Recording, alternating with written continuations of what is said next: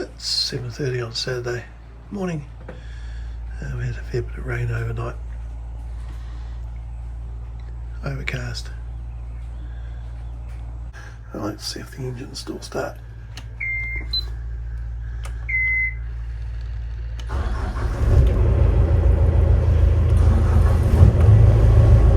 That's promising. I purposefully ran a lot of loads since I turned the shore power off yesterday. Well, I've just turned the jug on, and so even at 80% of the AGMs, it would have sagged to less than 10 volts. So certainly performing much better. Well, while we're attached to the dock, freezer is a bit frozen up. Let's deal with that. Can't move the top basket, but this lock can stay in the chili bin. With a bit of brute force and sheer ignorance, so I did manage to move it. Draw her out, ready to defrost. I'll use my patented method.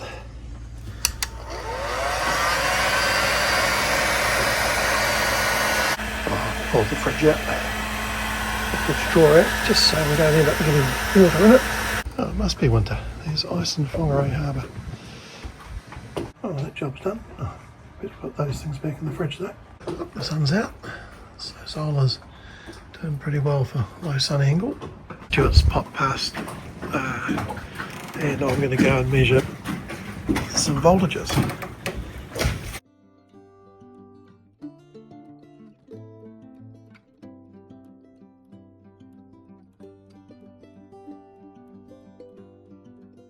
I'm a bit frustrated, so I've been down, measured voltages, connected Cyrex's back up. So Cyrex is complaining there's no voltage, obviously on the lead to the house battery, because it's got the Orion XS on the way. So I've joined the, what I believe is the cable coming in from the alternator, start battery, back to the cable going to the port electrical bay. I've turned the engine or alternator detector off, so it just assumes everything's on all the time. We're putting out 22.8 amps at the moment. We're on fast idle.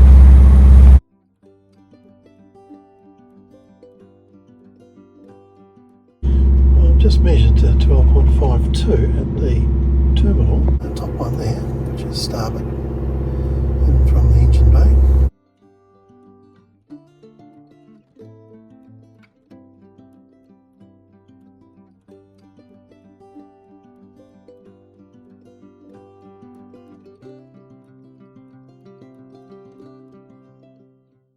Well, my current theory is that as the house is full, the BMS has turned it off, so I've got the jug and the toaster on.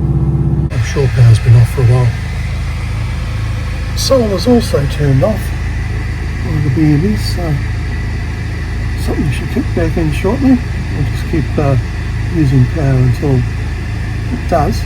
Oh, solar's back on. There's nothing from the alternator at the moment. I'm bamboozled. I can understand that the BMS is controlling it. I've just put it back into power supply mode, and it's working. I think I've got the labels around the wrong way, but yeah, might have to wait until sometime when there's no solar and a low battery. Let's bypass the Cyrex on this side, which is the port side, and yes, obviously it doesn't like the fact that it's not connected to the second battery because the Orion's in the way. I've done that. Obviously I tidied up once I discover if things are working properly. Can't touch anything useful there anyway. It's 1 o'clock, it's clouded over again, it's cold again, but it's time for lunch. Oh, the rain stayed away all day, but it's now raining again. So I better taken the towels that are drying after the freezer. It hasn't exactly been a stellar day, but not too bad. I'm using the induction cooktop. Cheap one from IKEA. It was about $50 or $30, something like that. Bit of a rain shower.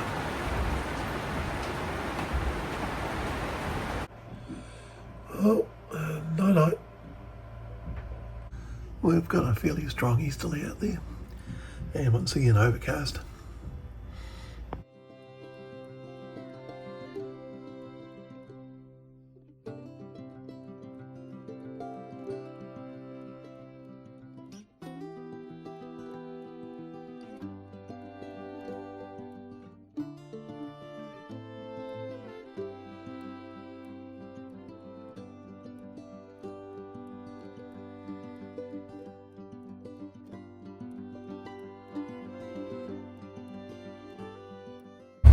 So that one's working. What are we getting? 34.9 amps. Currently in the alternator. Right, so this one is the battery's failed. Popped it to power supply mode, so it is charging, but the battery's not getting up. It's putting out 43 amps. Nothing's going into the house at the moment, and the battery voltage is staying low. So it looks like a new engine battery on this side. This other one seems fine.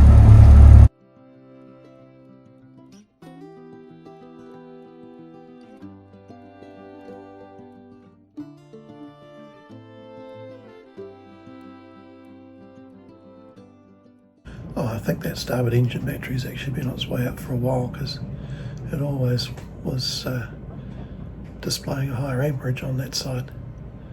So yes, I didn't do it any good, but a new one should solve any current problems.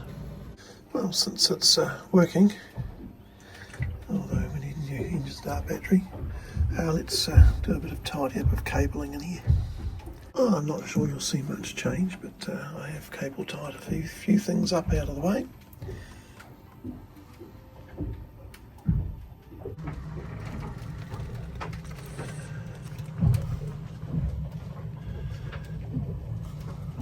Got my spare Class T 400 amp fuses, 3 of them, and 2 spare battery terminal fuses. So they can go in the bottom of the port electrical bay. It's pretty windy. Probably just as well we didn't go out. It would be much fun, although we could find a shelter spot. Well, let's get this engine battery out and tidy up the wiring. Well, to give me a bit more room, I'm going to disconnect the Catamaran. Because the steering cable's come out on this side, I can't move it that far, but that'll be enough that I can stand up down there now. Oh, that wasn't easy, but only just cleared the battery box, but it's out. Well, that's looking a bit tidy. The top bar moves out of the way better on this side. Oh, this one's done.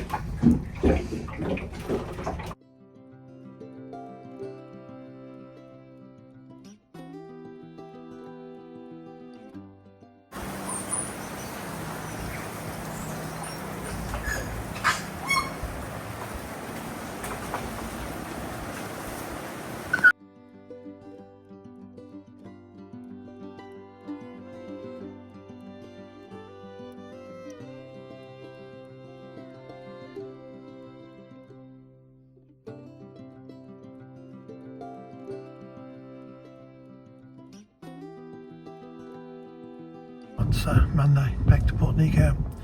Another day. We were not expecting much in the way of sunshine.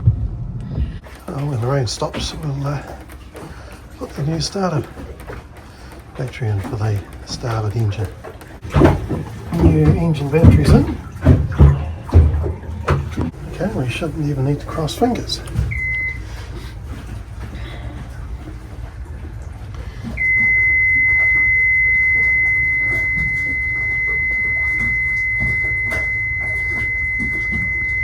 are you complaining about?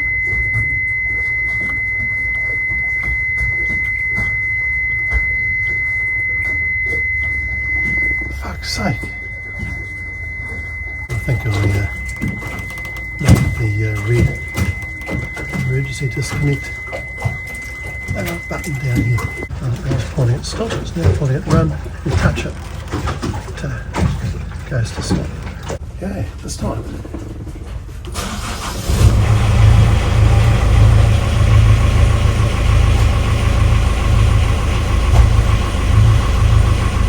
Since we're pulling out 58 amps, the box does not come up. I have checked the fuse, checked the Lynx icon file, and just as comparison, this old one immediately voltage drops up.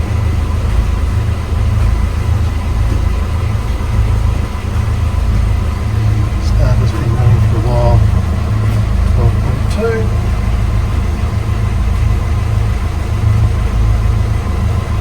40 amps on the port, 37 on the starboard.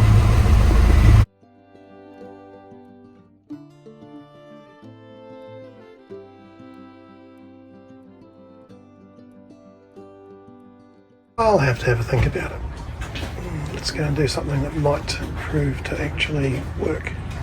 Right, I'll replace this piezo siren with a louder one, so there's a chance I might hear it if it goes off. So it's the battery management system alarm from the Lynx.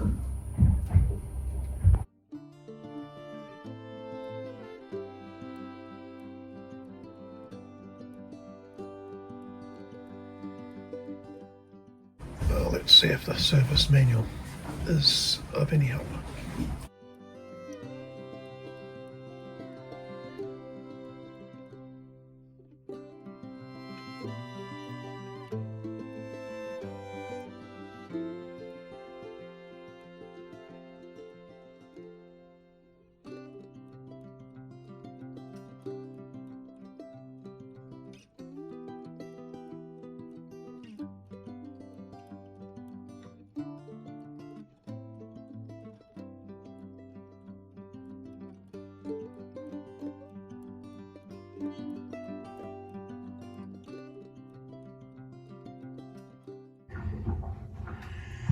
I think the wires go to this engine battery switch.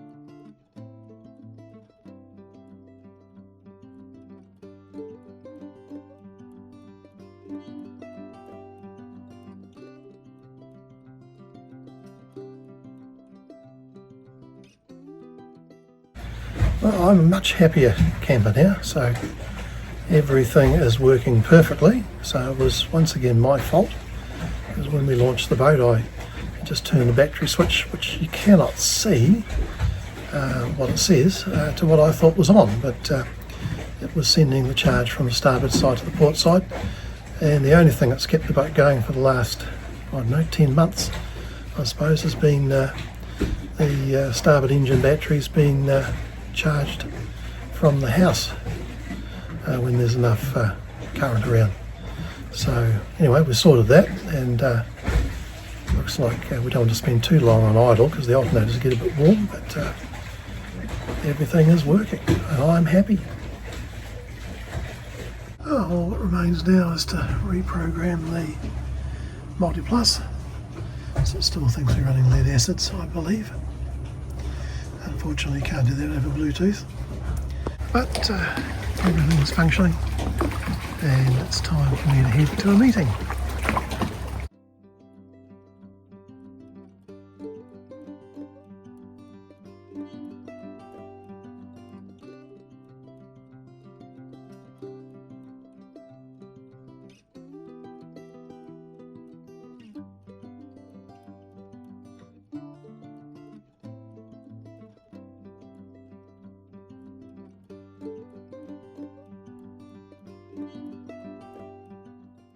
Well, hopefully the Multiplus is now programmed for lithium.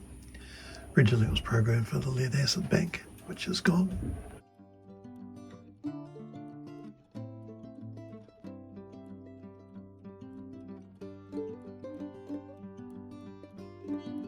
It's Tuesday and I have a little tidy up to do. So this is a bus link, Blue Sea, 500 amp.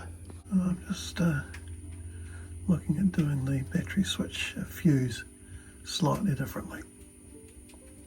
Then we'll turn off the battery management system.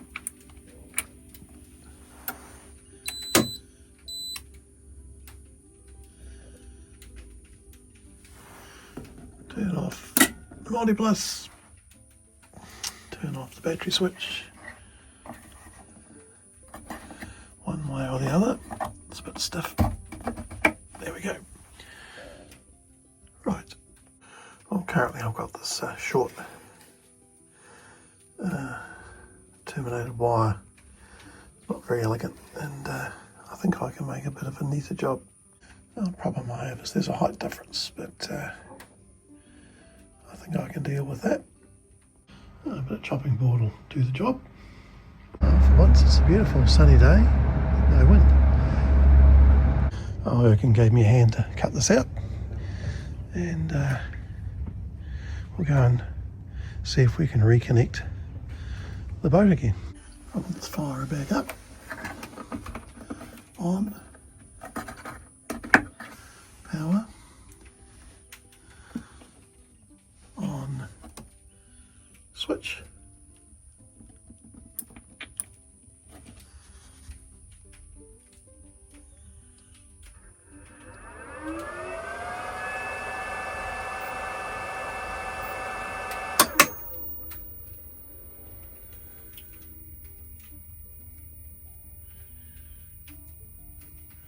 On Multiplus.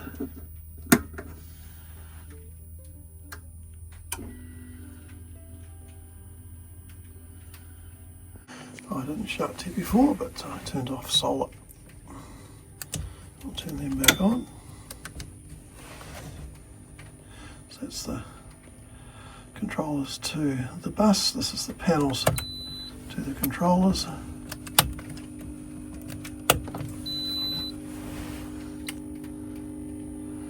We have flashy lights, and I'll check the app.